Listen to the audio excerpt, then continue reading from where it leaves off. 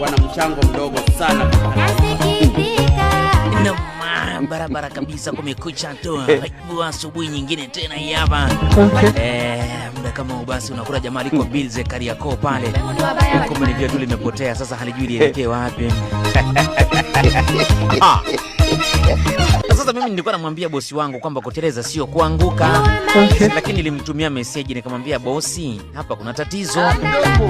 Akasema kijana wangu, matatizo ni fursa.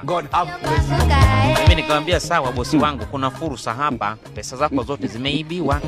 Niliteleza lakini sikuanguka.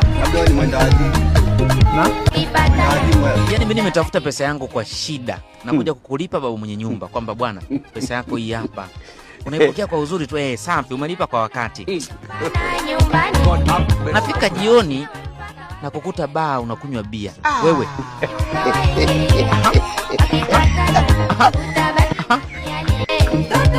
Mbona unajua asubuhi kama hivi usipokuwa na kazi kama mimi, unakuta umelala mpaka saa 5 halafu huelewi uelekee wapi.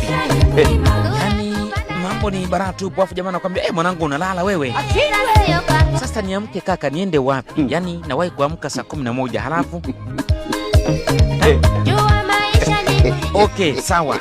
Nimeamka saa 3 asubuhi. Naelekea wapi? Wacha nilale nitunze energy. Huwezi kupinga namna hiyo. Mbavu sana wewe.